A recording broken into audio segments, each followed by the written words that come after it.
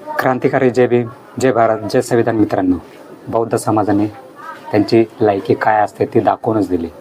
2 ते 2.5 हजार नगरसेवकापैकी आपले फक्त नगरसेवक किती निवडून येतात?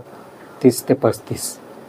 30 ते 35 तुम्ही मुलांना कसं म्हणतो तर 23 वंचित बहुजन आघाडीचे आणि बाकी इतर पक्षातले आपले बौद्ध समाजातले नगरसेवक निवडून येतात. फक्त 30 ते 35 नगरसेवक निवडून येतात. सोलापूरसारख्या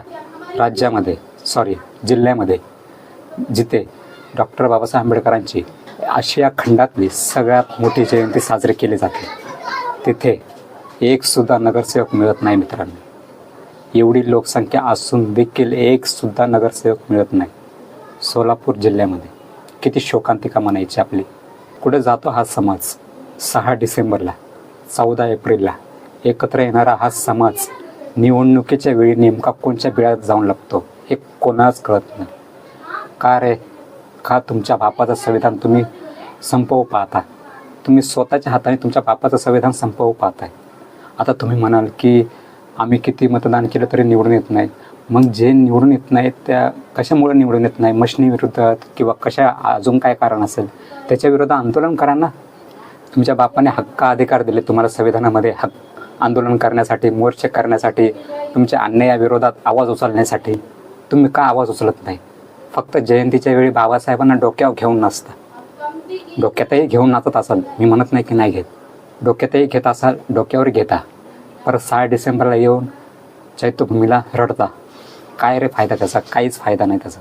तुमची जमात तुम्ही सत्तेमध्ये नेऊ शकत नाही तर तुमचा रडून आणि डोक्यावर घेऊन आणि डोक्यात घेऊन नाचण्याचा उपयोगच नाही.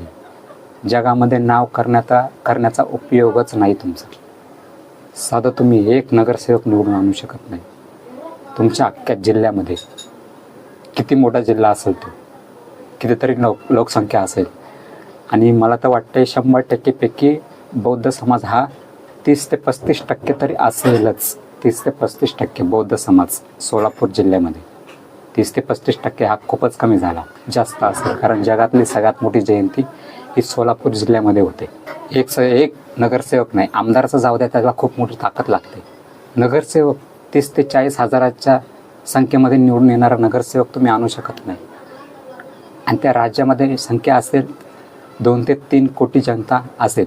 बौद्ध समाज, आंबेडकरी विचाराला मानणारे हे 3 ते 4 कोटी लोक असतीलच.